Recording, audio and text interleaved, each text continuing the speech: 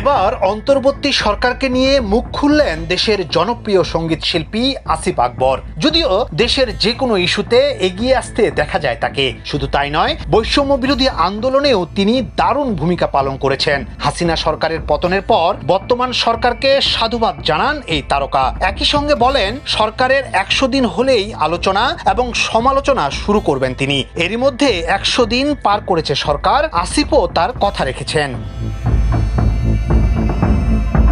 24 November নিজের verified Facebook পেজে অন্তর্বর্তী সরকারের বিভিন্ন বিষয় নিয়ে দীর্ঘ একটি স্ট্যাটাস দিয়েছেন এই গায়ক। পোস্টে তিনি লিখেন, মিডিয়ায় বলেছিলাম অন্তর্বর্তী সরকারের 100 দিন পূর্ণ না হলে আলোচনা সমালোচনায় যাব না। নতুন সরকারকে 100 দিন সময় দেয়া এক ধরনের সৌজন্যতা। আসিফ আরো লিখেন, আমার পক্ষ থেকে সৌজন্যতা শেষ, এখন থেকে ভালো মন্দ লিখতে হবে পুরনো অভ্যাস।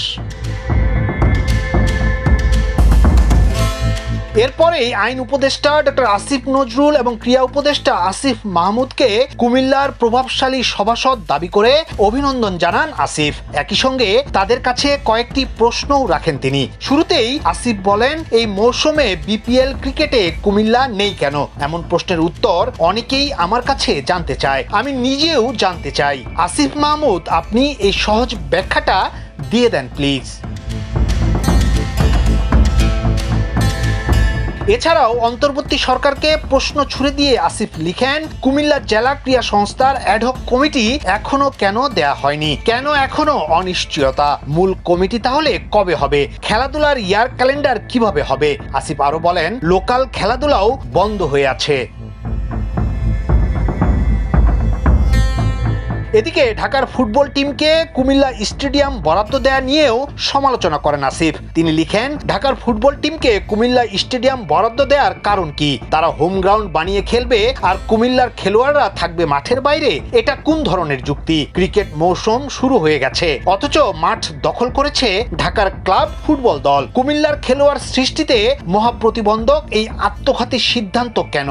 এমনকি কুমিল্লাকে বিভাগ করার কথাও জানান এই তারকা। তিনি জানতে চান, কুমিল্লা বিভাগ বাস্তবায়নে বাধা কোথায়? এর অগ্রগতি বা কতদূর? আসিফ তার পোস্টে আরো লিখেন, কুমিল্লা, ফেনী, চাঁদপুর, নোয়াখালী, লক্ষ্মীপুর, ব্রাহ্মণবাড়িয়া এই 6 জেলায় প্রবাসী আধিক্য বেশি। এছাড়াও কুমিল্লা এয়ারপোর্ট পুনরায় চালু করার দাবি বহু আগে থেকেই সরব। আপনাদের পদক্ষেপ কি জানতে চাই।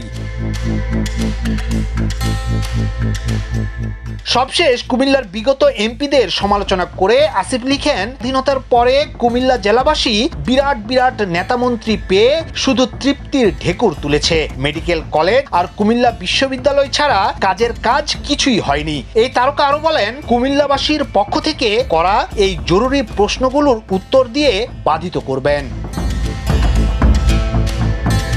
ইয়াসিন আলী, সোনালী নিউজ, ঢাকা।